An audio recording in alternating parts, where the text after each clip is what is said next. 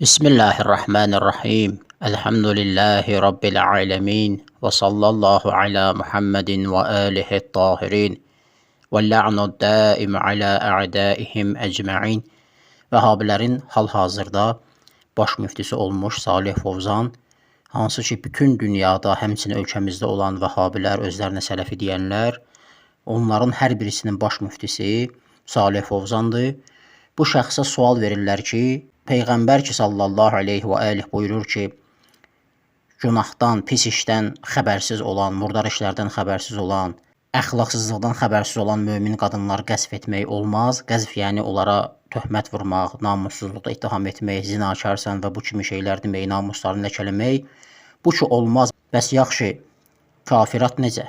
Kafir qadınlara töhmət vurmaq, kafir qadın da mı namuslu qadındır, iffətli qadındır. Onları namussuzluqda ittiham etmək, zinakarlıq töhməti vurmaq caizdir yoxsa yox? Deyir, İzə dəət ileyhil həcətu fələ bəsə. Deyir, əgər onları qəsb etmək, namuslarını ləkələmək, töhmət, ittiham vurmaq, zinakarlıq ittiham etmək, ehtiyac qabağa gəlsə, ehtiyac səni buna vadar eləsə, deyir ki, problemi yoxdur, müşkül yoxdur. Yəni, başqa təbirlə desək, ehtiyac ortaya çıxıbsa, sən onu namusunu ləkələ, burada heç bir problem yoxdur. Niyə? Nə var, kafirdir.